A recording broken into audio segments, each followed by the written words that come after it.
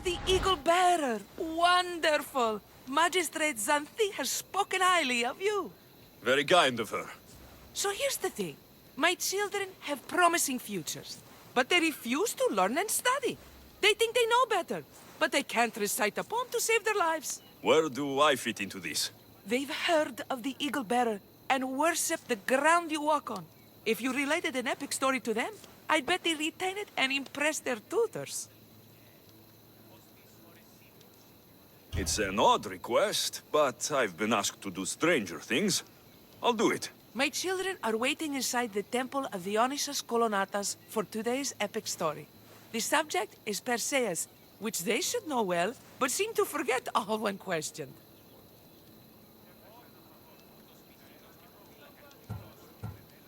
Perseus. I know his story well. As if we were cousins, both raised at the base of Mount Olympus. Do not fear. I will hold your children fast with my tail.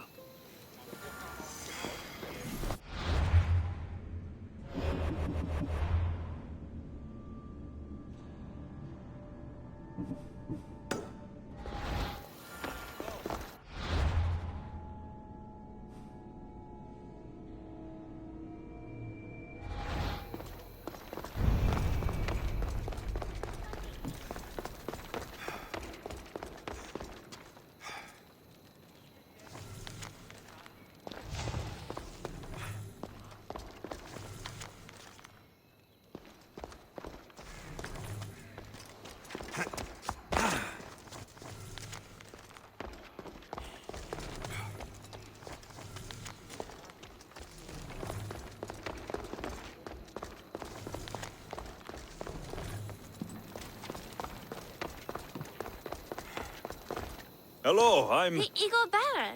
We've heard all about you. Are you going to tell us a story today? Do we have to listen? We've heard it 100 times. Yes, that's me. And yes, I'm telling you a story.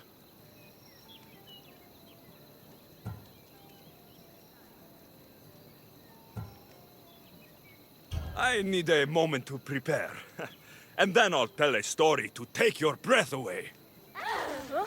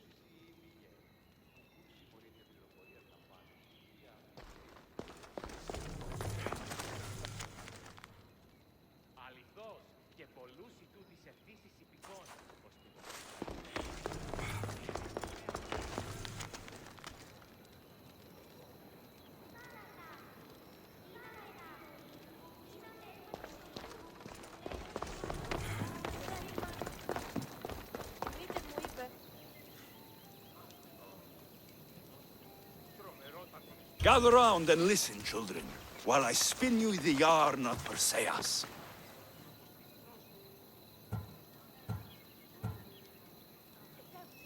Acrisius, the king of Argos, was not a good man. He had one child, a daughter, Danae. Bitter that he had no son, he went to the oracle of Delphi and heard a prophecy that chilled him. Ooh, what was it? The oracle said Acrisius would be killed by his grandson. But Danae was unmarried and childless at the time. To protect himself, he locked Danae in a bronze room, open only to the sky.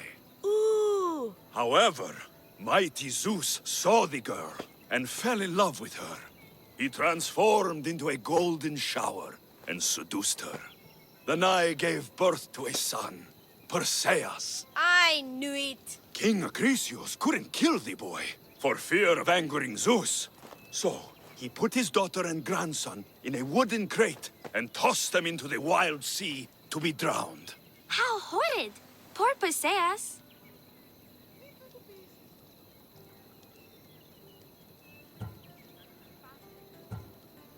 Perseus and his mother Danae were rescued on the island of Seriphos, and Perseus grew up under the care of a kindly fisherman, Victis. Lucky them.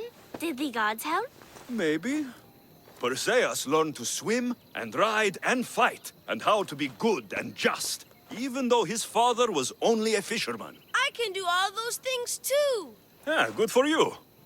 Except swim. Or be just. Hush. Now, Victis' brother was ruler of the island, but he was not a good man. He's scum.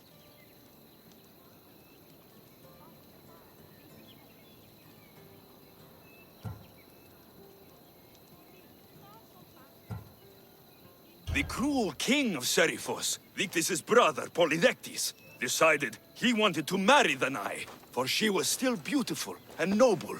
But Perseus knows his mother does not want this. Victis couldn't stop his brother, so it was up to Perseus to interfere and be annoying. Christos, that's your job. I will keep the stinky king from marrying you. The cruel and, stinky king became angry. To get rid of Perseus, Polydectes sent him on an impossible quest. Prove yourself a warrior, and fetch me a worthy wedding gift, the king said, by killing a great monster! I knew it! Shh, I knew it too.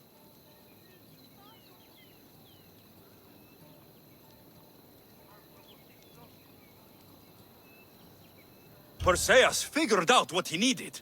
The golden fleece of the winged ram, said to be guarded by a monster who could turn any to stone. Luckily, Perseus was blessed by the gods, and he was guided by Athena's golden-geared owl to the monster's lair. Athena's golden owl? That's dumb. Sounds cute.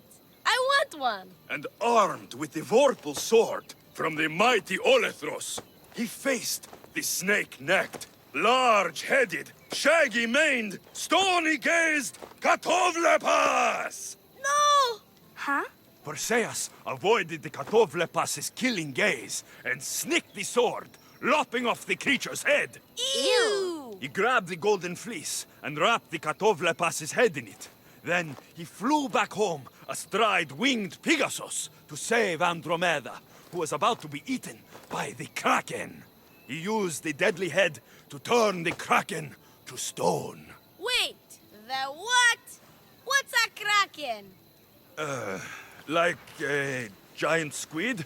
Don't you mean the sea monster Ketos? Pretty sure Homer said, release the Kraken, not release the Ketos.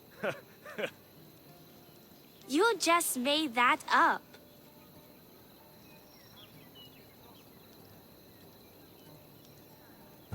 That was not all.